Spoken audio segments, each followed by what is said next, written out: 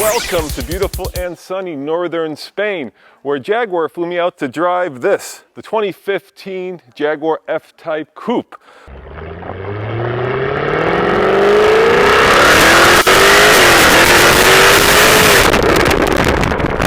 The question, of course, is this car better than the Roadster? And that is coming up next on the Fast Lane Car.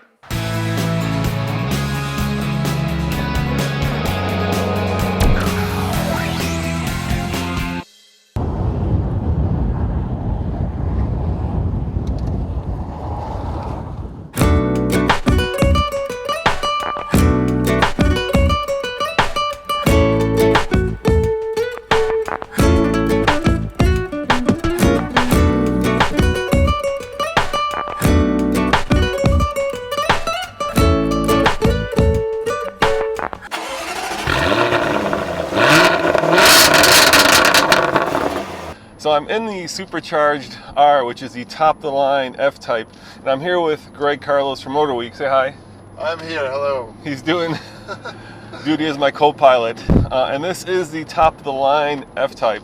So if you add it all up, it's about $99,000. If you get the carbon ceramic brakes, that's another $12,500. So you're at about $112,000. It's a little over my budget. Yes, I'm over my budget but I too. will say the carbon ceramic brakes are pretty well worth it. Yes, especially if you're going to use it on the track, right?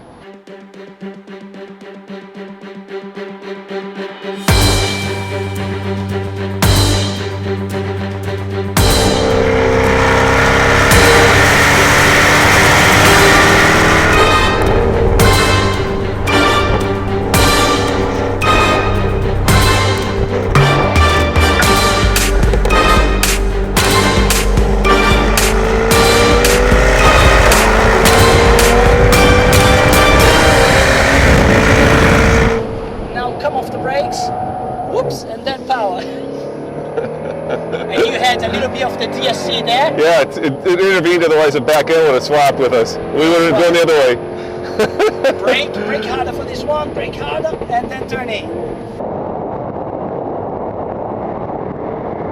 There goes the back end. A little inadvertent drifting there. And now we just get on the power again on the back straight. Or is this the main straight? Yes. Main straight. That's 200K. Car's still accelerating, 240K, here comes 260K. We hit the brakes really hard here, really get into those carbon brakes. Those ceramic brakes are incredible, my God. We have a set of standards that we apply to brakes, not only from a performance point of view, but also from a pedal feel and refinement. So we applied the same principles to the carbon ceramic brakes as we do our steel brakes. Secondly, we're the only OEM that actually has the discs bedded on a dynamometer before they're shipped to us and we build them into the car. We had the car on the track the other day and now we've got it on the road.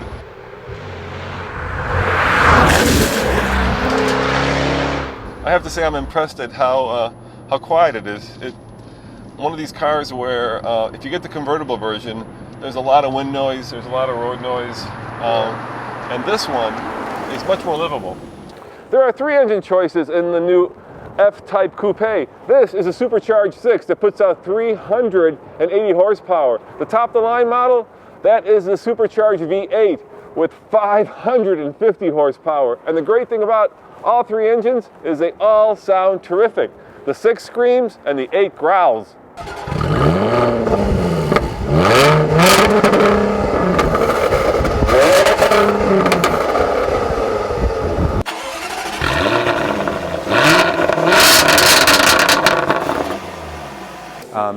Compared to the V8, there's a different, the convertible V8, sorry. Okay. There's a different torque converter that behaves, that deals with the performance basically of the engine. There's 680 meters of torque. I'm not sure what that is in pounds-feet, but you can figure it out. And we have an active differential on this car as well.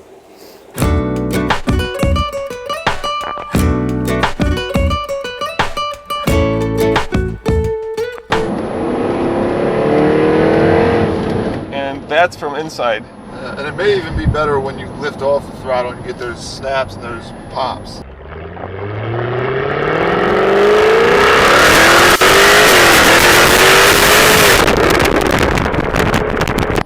Yeah, and we don't have it in the kind of the more aggressive mode. There's a little switch here that you toggle down and it puts it into, I don't know, race mode or sport mode, and all of a sudden it opens up the baffles and the exhaust, it stiffens up the suspension, it firms up the steering, it makes it a much more sharper knife in the drawer. And there you go. It's a much different car. Who doesn't like that sound? The F-Type competes with cars like the Mercedes-Benz SL, the Porsche 911, the Porsche Cayman, and in my mind, even the Chevy Corvette.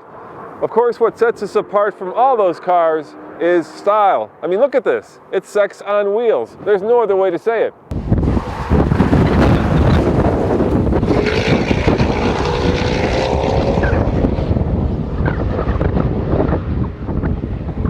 And you know what's crazy about this car, Greg?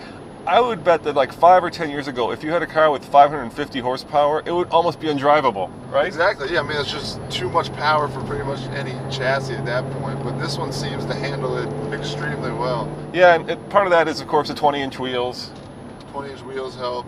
Makes it ride a little bit rough, but it's definitely not unbearable. Yeah, and of course all the electronics, right? We have stability control, traction control, all those ponies are being kind of harnessed with all the electronics in this car, because if they weren't, you'd be all over the road. Exactly. So torque vectoring by braking, it's a system whereby if you enter into a corner and say in slippery conditions and the car starts to understeer, so it takes a wider path than you would expect, the system will apply the inside brakes, so the front and the rear brake, and it will pull the trajectory of the car back online. And clearly it's not something you can do by only applying brakes on one side of the car, but it will just pull the car back in and keep it online.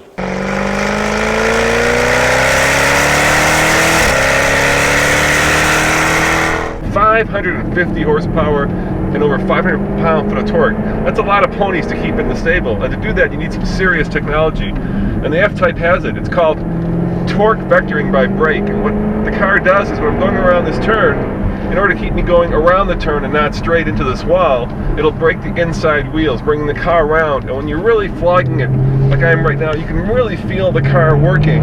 There, right there, I just felt it. You can really tell that it's going where I'm trying to point it and not necessarily where my skill might take it, which is unfortunately into this rocky wall. Oh yeah, now this is what I'm talking about. It's a really, really fun car to drive, and let's face it, when you're spending this kind of money, you're spending it because you want sex appeal, which this car has.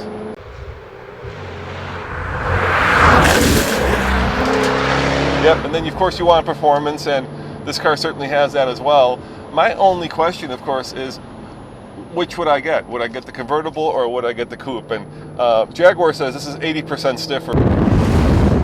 It stretches right from here to the very back of the car, and that's one single piece of aluminium. So you imagine the blank size is pretty huge, and then that single blank is pressed in a series of press tools to deliver the shape and form that you see.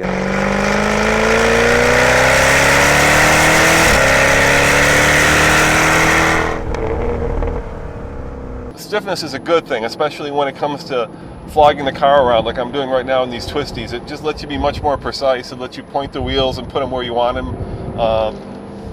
And so if you're looking for kind of the trackables, this is the one to get. But if you're looking for the one where you kind of go cruising on a Sunday afternoon, maybe the convertible is better.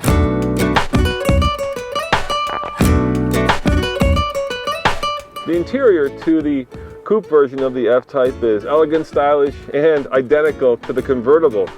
It makes you feel special. In fact, it makes you feel like a rock star, especially when you hit the button. Listen to this.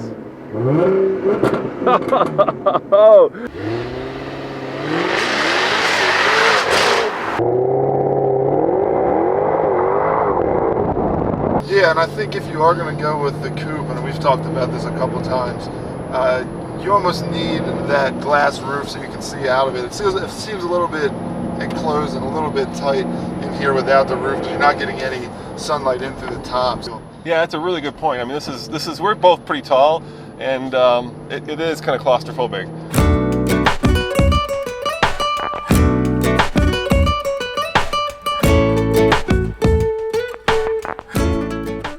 My only niggle, and this is a small one, but it's a valid one, I think, is that you can get a Corvette for starting at about $53,000, and that has everything this car has: sex appeal, speed, and it's a lot cheaper. And let's face it, this is 112 if you had the ceramic carbon brakes, and a Corvette will start at $50,000 less for the V8. I mean, at $66,000, which is where the 6-cylinder starts, you're not getting that American V8 rumble.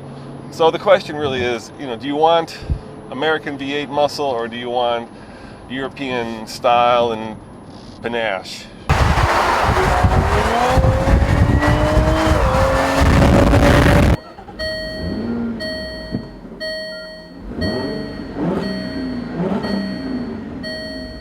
All right, guys, I'm on the racetrack on the straightaway, 0 to 60 in the F-Type, the supercharged 6-cylinder with 380 horsepower. I'm gonna give it a little bit of juice, and there it goes, launch control engaged. And there is 60. Oh! You won't believe it, check it out. 4.92, 4.92. Now that is very fast indeed, very fast indeed.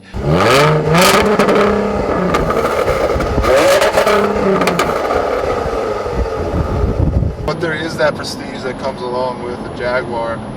There will be a lot of Corvettes on the road, you can guarantee that, but not nearly as many Jaguars. So if you want people to double take when they see you, I mean, and you have the money, then Jaguar might be the way to go. The TFL scale of buy it, lease it, rent it, or forget it, I'm going to give it an I don't know, and that's because I've only driven this car for a few hours, and it's not fair to you or to Jaguar to rate the car after a short time behind the wheel.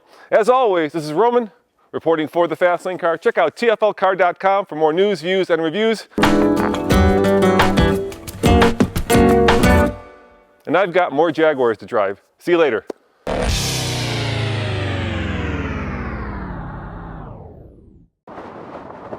Welcome to sunny and very windy Spain, where Jaguar flew me down here to test drive the brand new F-Type Coupe, or do you say Coupe? We're going to take it on the road, we're going to take it on the track, and that is coming up next on the Fast Lane Car.